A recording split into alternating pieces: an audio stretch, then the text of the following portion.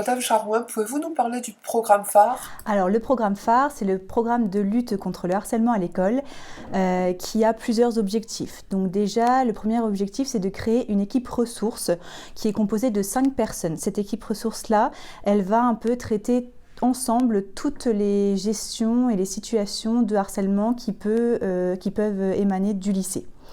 Ça peut être des CPE, les infirmières scolaires, des enseignants. Voilà, c'est vraiment libre aux personnes qui souhaitent en faire partie. Ensuite, le deuxième objectif, c'est de la sensibilisation.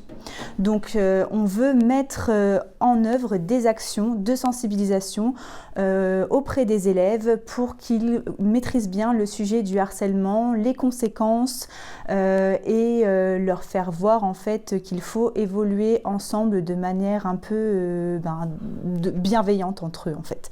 Donc, ça va être par exemple la journée non harcèlement, ça va être la participation au concours non harcèlement, ce type d'action. C'est aussi de la prévention.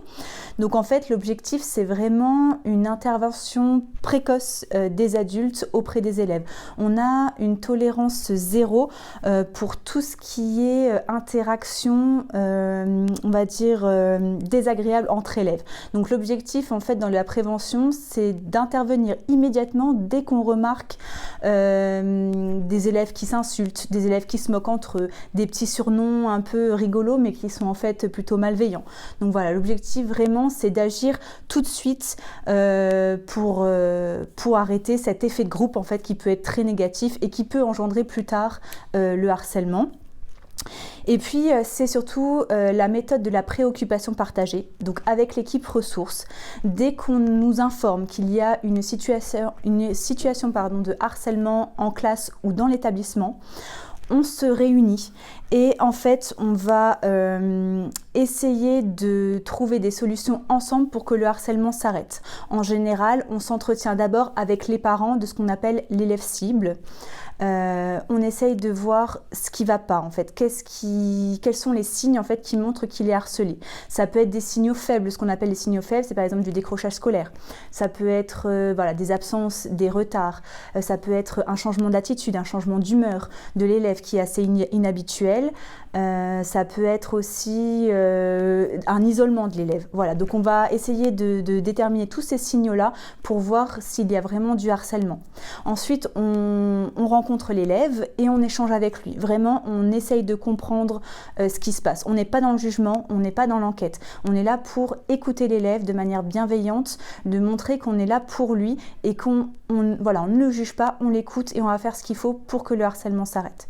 Et ensuite, on rencontre l'élève intimidateur ou les élèves intimidateurs, leur dire que voilà, maintenant en fait, on sait ce qui se passe dans la classe, on sait ce qui se passe avec cet élève-là, on est vigilant, que ce soit les élèves ou les adultes de l'établissement qui encadrent cet élève, on est tous au courant.